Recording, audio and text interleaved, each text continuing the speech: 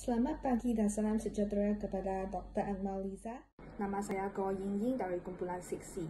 Tajuk kita ialah Jurang Ekonomi dan Peminggiran.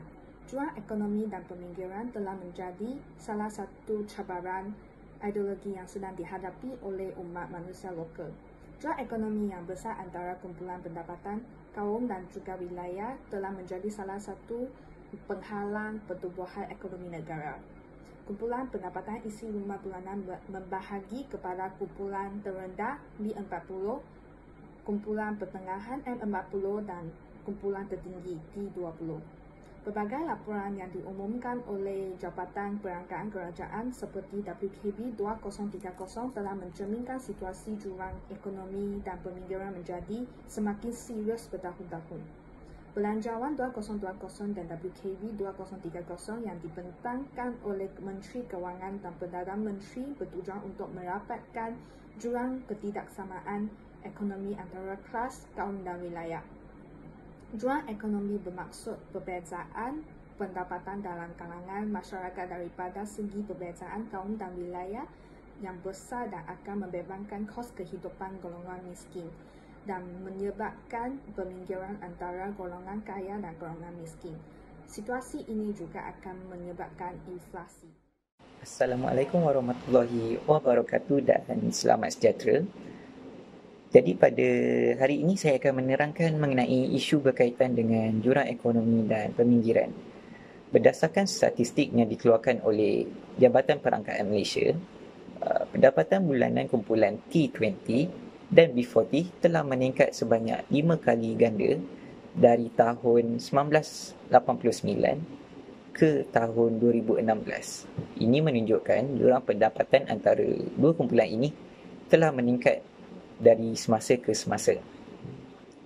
Manakala sekiranya kita lihat dari kumpulan etnik pula, pendapatan daripada Bumiputera dan kaum Cina telah meningkat sebanyak 3.5 kali ganda dari tahun 1989 pada hingga ke tahun 2016.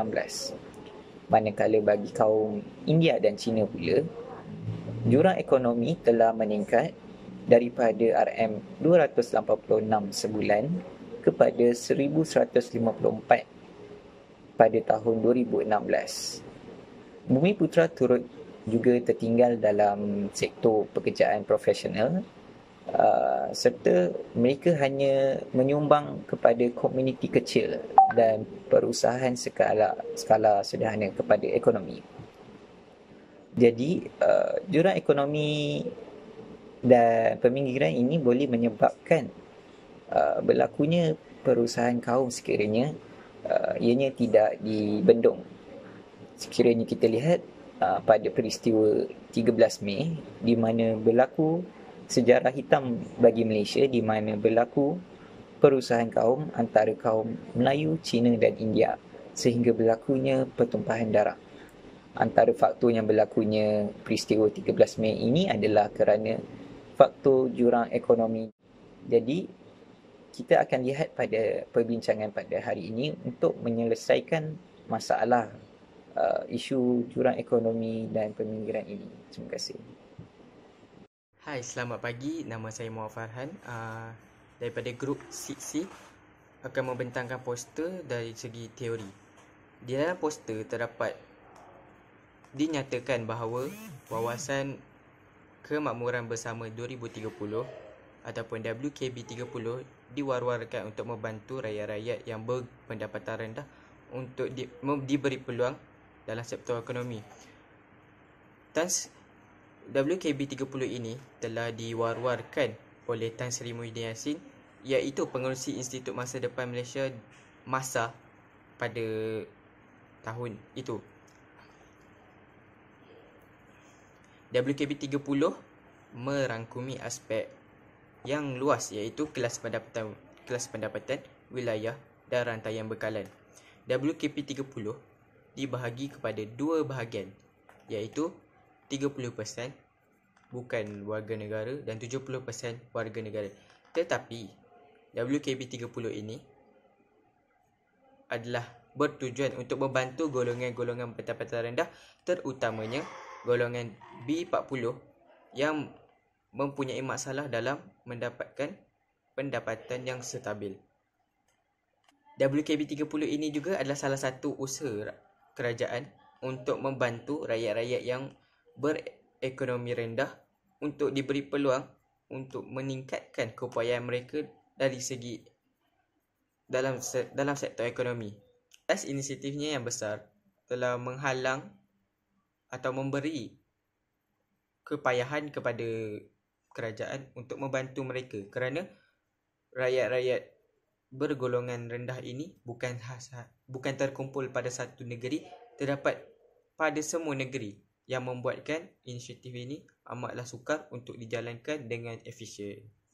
Salam sejahtera kepada Dr. Akmaliza. Nama saya ialah Syarmin dan dalam video ini saya akan membentangkan tentang implikasi dan cabaran jurang ekonomi dan peminggiran. Implikasi jurang ekonomi dan peminggiran ialah ia akan menjejaskan kestabilan politik dan sosial negara. Seterusnya, ia akan menghalang pertumbuhan ekonomi negara dan akhirnya ia akan menimbul persepsi dan prejudis yang tidak baik oleh sesuatu kaum terhadap kaum yang lain. Bagi cabaran jurang ekonomi dan peminggiran pula ialah ketaksamarataan pendapatan yang semakin melebar. Kewujudan pembahagian sektor ekonomi mengikut kaum juga merupakan salah satu daripada cabarannya. Sebagai contoh, kaum India bekerja di dalam estet, kaum Melayu bekerja dalam sektor pertanian, manakala kaum Cina pula bekerja di dalam sektor perniagaan. Cabaran yang akhir ialah acuan dasar ekonomi negara yang mengutamakan pembangunan pesat tanpa fokus kepada kesan agihan kepada masyarakat secara adil. Assalamualaikum warahmatullahi wabarakatuh dan selamat sejahtera. Nama saya Muhammad Farid Naim bin Muhammad Fuzi dari kelas UHIS 1022 session 14. Saya akan menceritakan tentang perbandingan atau perbezaan apabila berlakunya jurang ekonomi. Sebagai rakyat Malaysia, kita mengetahui bahawa di negara ini mempunyai 3 kaum utama, iaitu kaum Melayu, Cina dan India. Kepelbagaian kaum ini berlaku setelah kedatangan penjajah asing.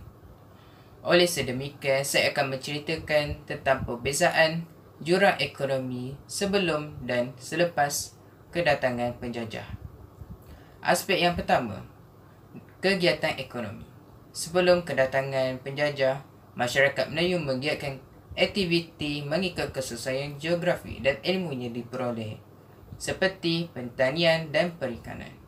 Manakala selepas kedatangan penjajah, kegiatan ekonomi menjadi lebih besar, seperti perusahaan, biji timah dan getah. Aspek yang kedua, iaitu penlibatan ekonomi dan perusahaan industri. Sebelum kedatangan penjajah, masyarakat Melayu terlibat sepenuhnya dalam kegiatan ekonomi negara.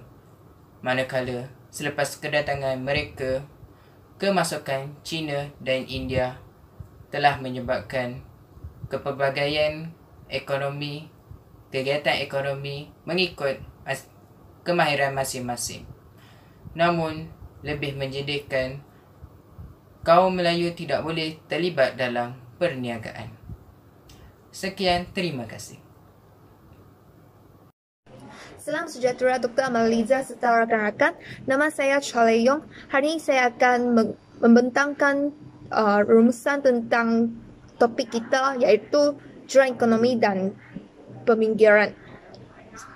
Tidak dapat dinafikan bahawa jurang ekonomi yang besar wujud antara kumpulan pendapatan, etnik serta kawasan luar bandar dan bandar merupakan cabaran yang besar dihadapi negara kita.